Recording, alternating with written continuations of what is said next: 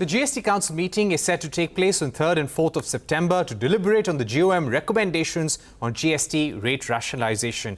Ahead of that crucial meeting, various industry and retail bodies are urging the government to implement the new rates as soon as possible. This is to ensure that the festive season, which is already underway, is not impacted. The automotive sector, for one, has requested the government to implement the changes before the 22nd of September, which is the start of Navratri.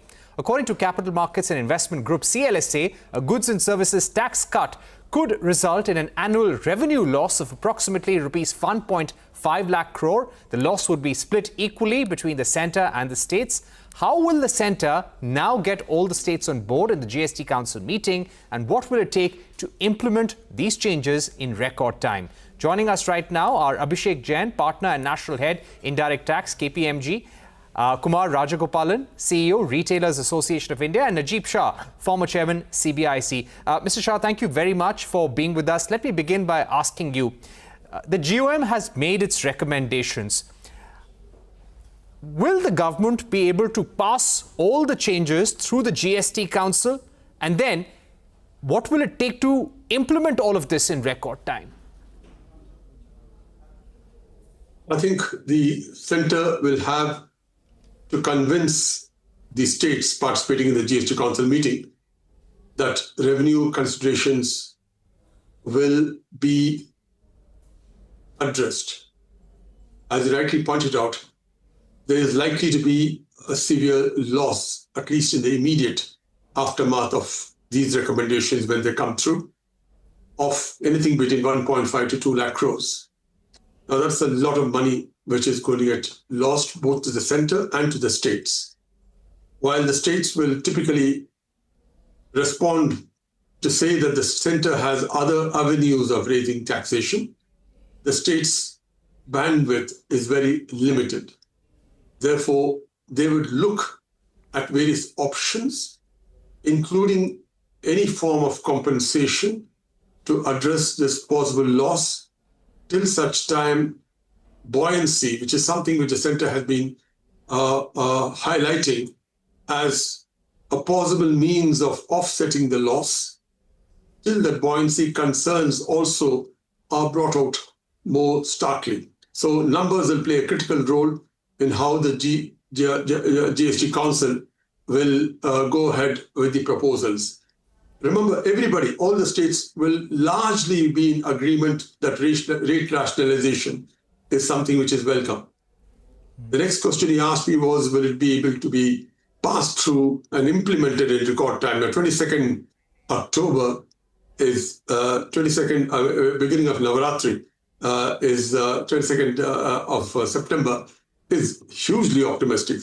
I think the centre would like to do it, but please remember, these changes I don't think will happen through in one meeting. I suspect yet another meeting will be required to assuage all concerns, and thereafter notified.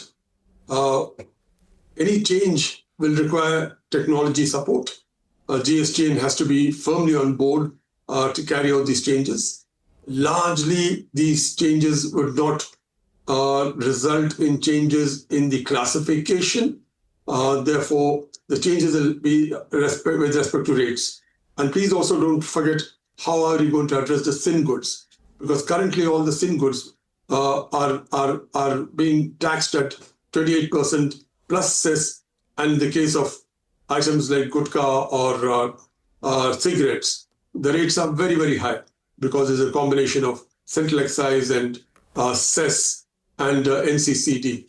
So the states and the centre would like to ensure that the rate of taxation on such goods which remain in the 28% or the sin goods bracket, because we're now told that there's a select number of goods which will continue in this bandwidth, will have to have this taxation structure inbuilt, whereby the rates of taxation will remain the same as it was pre-rationalization.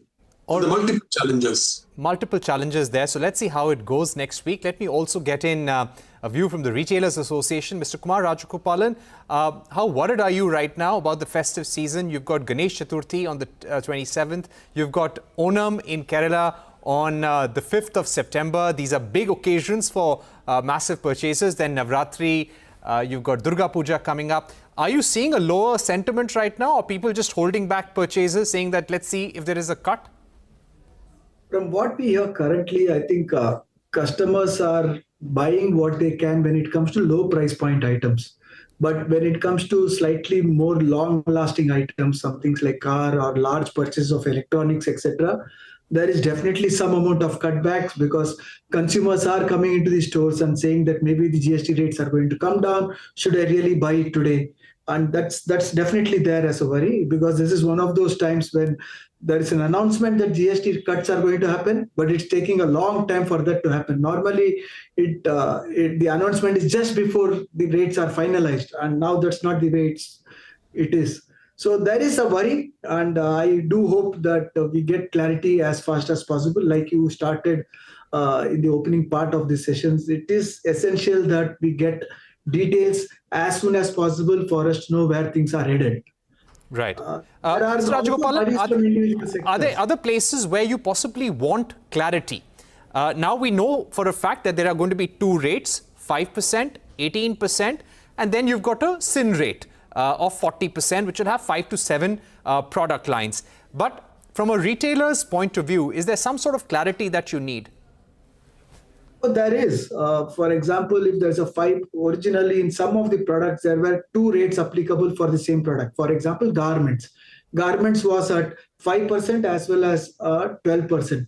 Now, where will this whole cutoff start at? Because if there were items originally 1,000 rupees and below were at 5%, 1,000 rupees and above was at 12%. Now, if it's going to go towards 18% and the cutoff is at the same 800 or 1,000 rupees, then it's going to be a worrisome thing for consumption. Because as it is, we're seeing that since the last 1 year, consumption has been kind of lackadaisical. It's not been so high as one should be expecting it to be. Growth rates has been around 4 to 5% in retail. So that's one. Second thing is there is also some impact of inverted cash tax that's happening to some products. For example, if a product in garments is coming at 5% at the end customer level, the input tax on that is much more than what they are selling at. So there's a lot of unclaimed credit sitting with many of the retailers, and they are thinking, how do I really use this credit at all? Because it's not going to be used anymore. So that's as far as some products at 5% is concerned. Okay. Then, so I think these are the big worries that is there. Also, how are we going to brunk in some items? Is garments, accessories, footwear all going to be at that same level, or is it going to be different? So that is the bigger worry. Electronics. So possibly maybe after the GST Council meeting, once those changes are notified, we'll know where those items will fall. But Mr. Abhishek, to get you in at this stage, when it comes to compensating the states and addressing their concerns, what kind of formula can the centre come up with? Yeah.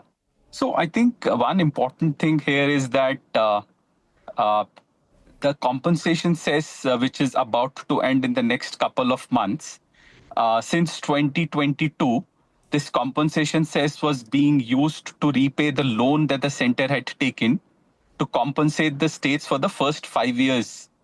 Now, once the compensation cess goes away, and on the sin and luxury goods, the rate of GST increases from 28 to 40%, that 12% increase will be an additional revenue for both the centre and the states.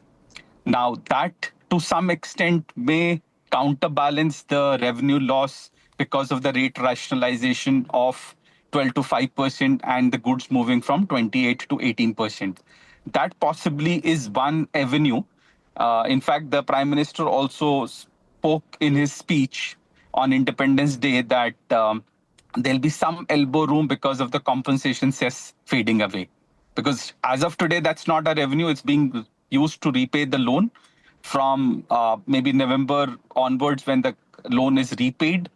This 12% additional GST will be an additional revenue both for the centre and the states.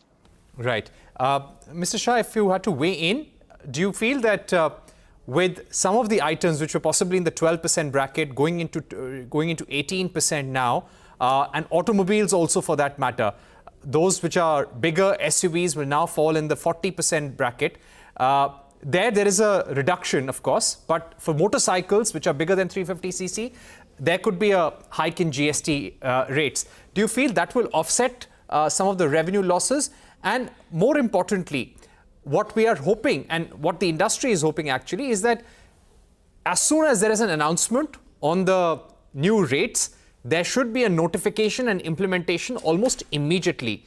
Can that be done? What will it take to make that happen?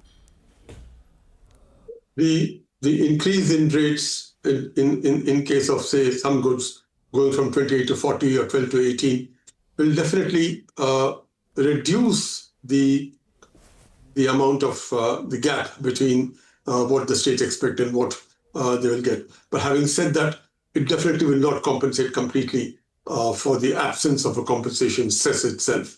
So that's going to be a matter of concern, and the centre will have to be very agile, adroit, come out with some out-of-the-box solutions to satisfy the state's concerns, because it is a concern. It is going to be a concern. Every state has been already mentioning that there are going to be revenue challenges if this is reduced, number one. Number two, how long will it take to implement once the rates are announced? The process involves notification, which I'm sure the CBIC would be more than up to speed in that regard. There won't be much of a delay there. And if there are no changes in law being contemplated, which doesn't require any ratification by the Parliament, it can be implemented quite quickly. Typically, between the announcement, the GST Council, and the notification and the circulars, it happens within a week, typically, as has been the past experience. On that note, we take a short break, but don't go anywhere. When we return, we'll do a status check of India's semiconductor mission, where we are, and what are the next set of incentives and policy support the Indian semiconductor ecosystem needs in order to play a bigger role in domestic